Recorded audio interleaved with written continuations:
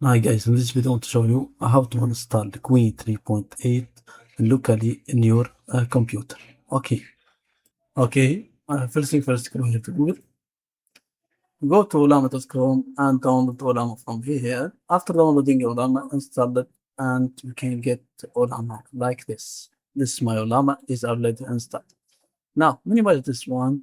The next thing I want to do to install Qwen 3.8 is to go to this link. You can get it in the description and go use this model.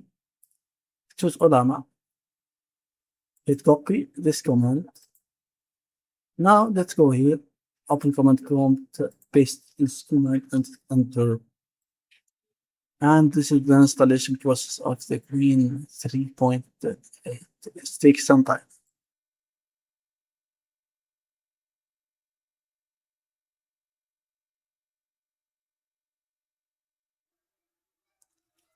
Okay, fine. The installation of Qwen 3.8 is finished. Okay, let's test it.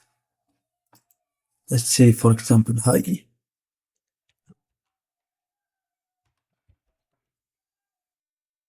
Okay, as you can see, it works.